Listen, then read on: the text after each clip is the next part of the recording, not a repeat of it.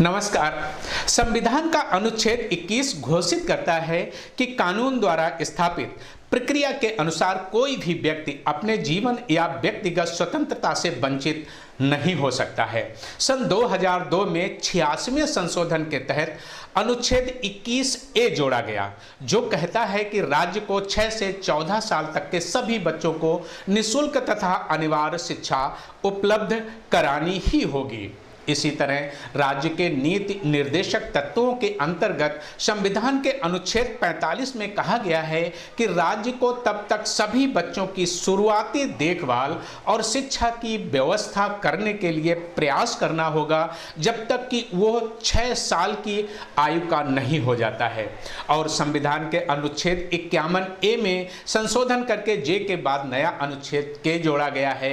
इसमें 6 साल से 14 साल तक की आयु के बच्चे के माता पिता या अभिभावक तथा संरक्षक को अपने बच्चे की शिक्षा दिलाने के लिए अवसर उपलब्ध कराने का प्राविधान किया गया है।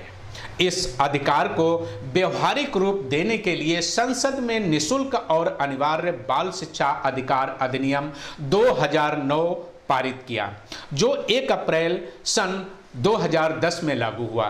इस अधिनियम में 7 अध्याय तथा 38 उपखंड हैं। हमने कुछ स्कूलों में जाकर जानना चाहा कि इन शिक्षा के अधिकारों को शिक्षक कितना जानते और पालन करते हैं तथा शिक्षा की स्थिति क्या है। शिक्षा का अधिकार संविधान के किन अनुच्छेदों में निहित है वह निःशुल्क और अनिवार्य बाल शिक्षा अधिकार अधिनियम 2009 क्या कहता है, विस्तृत रूप से बताया है। जिला बेसिक शिक्षा अधिकारी कानपुर नगर सुरजीत कुमार सिंह जी ने वह ये भी कहा है कि जिन शिक्षकों को बेसिक जानकारियां नहीं पता हैं, वह बच्चों को उनका सब्जेक्ट ढंग से नहीं पढ़ा सकते हैं, उन्हें दंडित किया जाएगा। देखिए रिपोर्ट विस्तार से।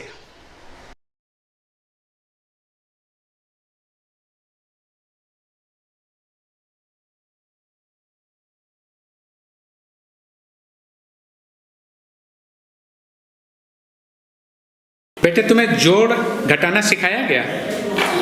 अच्छा, 1 में 1 जोड़े तो कितना होगा? 1 में 1 जोड़े तो 2 हो जाएगा। और 1 का 1 में गुणा करें तो कितना होगा? 0। मैडम सहायक अध्यापिका हैं, ये क्लास कौन सी है?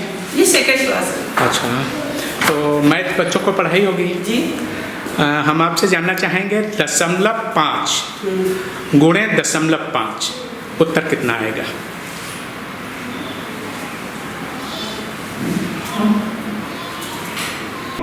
कौन सा स्कूल है ये? ये प्राथमिक विद्यालय शेरपुर बैरा चौबेपुर ब्लॉक का और कानपुर नगर का विद्यालय है। अच्छा, आप प्रधानाध्यापक हैं इस ब्लॉक के? जी, मेरा नाम विजय कुमार है और मैं प्रधानाध्यापक हूँ इस विद्यालय में सन 2013 से। आपसे थोड़ा जानना चाहेंगे, आप चूँकि शिक्षक हैं, शिक्षा से रिलेटेड हैं, तो जानना चाहेंगे कि संविधान का कौन सा अनुच्छेद जी शिक्षा का अधिकार देता है? संविधान का कौन सा अनुच्छेद शिक्षा अधिकार? हाँ। इसके विषय में मैं क्लियर नहीं हूँ। यानी कि संविधान के किस अनुच्छेद में शिक्षा का अधिकार निहित है? हाँ, अनुच्छेद मुझे क्लियर नहीं है।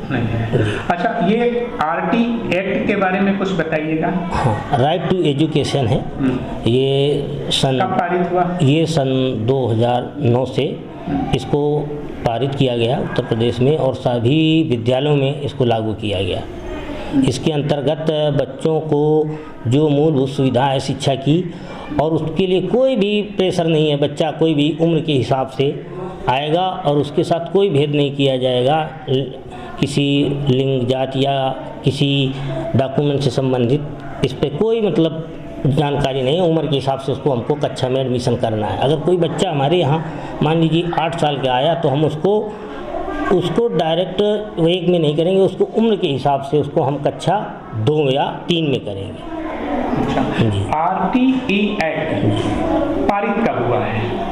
ये RTE एक्ट पारित हुआ था, इसके विषय में मैं ज़्यादा एकदम कंफर्म नहीं हूँ। इंग्लिश हाई कोर्स में क्या? इंग्लिश पहले तीसरी क्लास से भी चालू हुई। अच्छा, तीसरी क्लास से है, यानी तीसरी, चौथी और पांचवी में इंग्लिश है जी।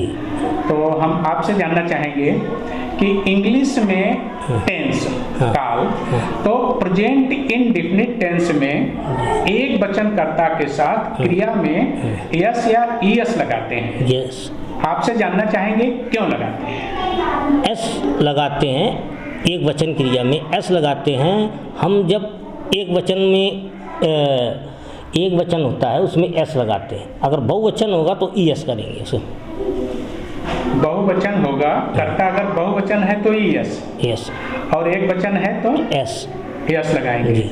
यानी एक वचन कर्ता के साथ हमारा सवाल है कि एक वचन कर्ता के साथ क्रिया में यस या ईएस क्यों लगाते हैं? क्योंकि वो उसका होता है, जैसे वह जाता है, वह जाता है। अगर इसको हम क्रिया में बदलेंगे तो वह जाता है, ही गोज। अगर यही उसको हम अगर बहुवचन में करेंगे, अगर कई हैं,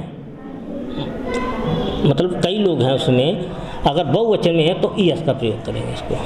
मतलब हम जाते हैं तो क्या सेंटेंस बनेगा?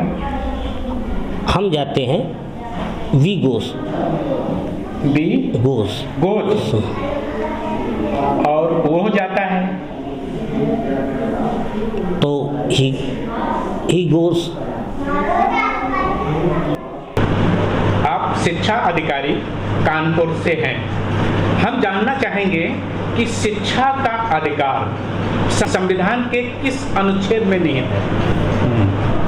21 का के अंतर्गत संविधान में निहित है। ठीक है, मूल अधिकारों के अंतर्गत। जी। RTE एक्ट ये कब आया और इसके 2-4 मूल बिंदु बताइएगा। ये मुख्यतः 2009 में आया RTE एक्ट, और इसके अंतर्गत 2 वर्ग हैं, अलावी समूह और दुर्बल वर्ग, जिनको स्कूल में जो प्री प्राइमरी की हमारी स्ट्रेंथ है उसका 25% एडमिशन लेना चाहिए। नीति निर्देशक तत्वों के अंतर्गत जी। अनुच्छेद 51 शिक्षा के संबंध में क्या कहता है? अनुच्छेद 51 का में तो मुख्यतः मूल कर्तव्यों का प्रावधान है ना। ये 6 से 14 वर्ष के बच्चों का, 51 का 6 से 14 वर्ष के बच्चों का जो माता पिता और प्रतिपाल्य के संरक्षक हैं उनकी शिक्षा व्यवस्था के लिए प्रयास करें। जो प्राइमरी विद्यालय में प्रधानाचार्य हैं और शिक्षिकाएं हैं, वो अगर 0.5 का गुणा 0.5 में न कर पाए जी, या इन अधिनियमों को न जानते हो, जी जी जी, या प्रेजेंट इंडेफिनिट का साधारण वाक्य वो जाता है, वे जाते हैं, ना बता पाए, तो ऐसे शिक्षकों के लिए आप क्या कहेंगे?